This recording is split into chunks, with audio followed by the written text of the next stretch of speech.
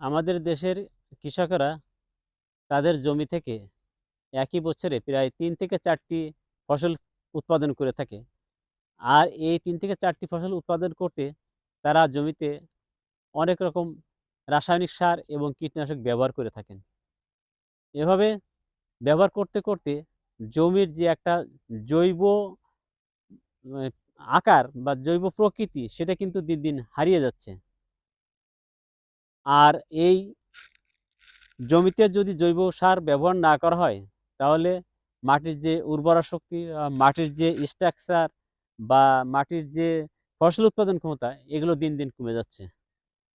তাই আমরা এখানে দাঁড়িয়ে আছি যে ফসলটির বা যে উদ্ভিদটির পাশে, এটা কিন্তু একটি গ্রীষ্মমণ্ডলীয় অঞ্চলের একটি একবর্ষজীবী উদ্ভিদ। এটিকে ইংরেজিতে, বাংলায় এবং হিন্দিতে ধইঞ্চা বলা হয়ে থাকে।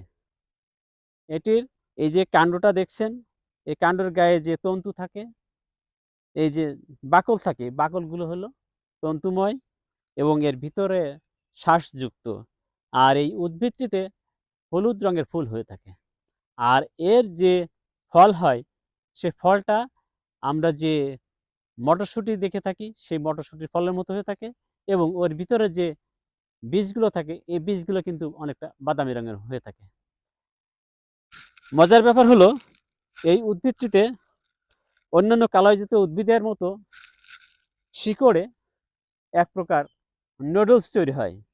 আর এই যে আপনারা দেখতে পাচ্ছেন, এই যে নুডলস, ছোট, ছোট নুডলস, এই নুডলসগুলো নাইট্রোজেন সংযোজিত হয়ে এরকম হয়েছে। আর আমি মূলত যে উদ্দেশ্যে বলছি যে এটা একটি সবুজ সার উৎপাদনের জন্য একটি উদ্ভিদ।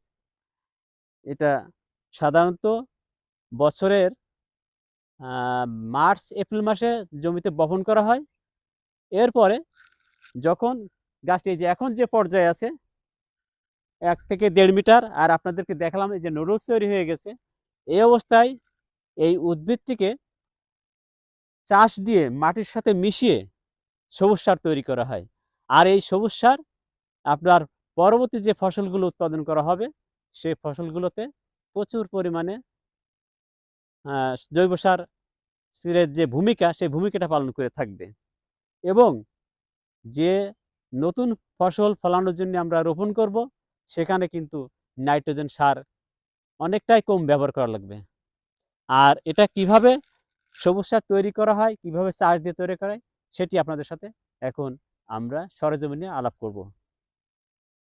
ধুনচা গাছগুলি প্রথমে লম্বালম্বি চাষ দেওয়ার পরে এই ধুনচা গাছগুলি যাতে মাটিতে সুন্দরভাবে মিশে যায়, সেই জন্য আবার আড়াআড়ি আর একটা চাষ দেওয়া হচ্ছে। আর এই চাষের সময়ে কিছু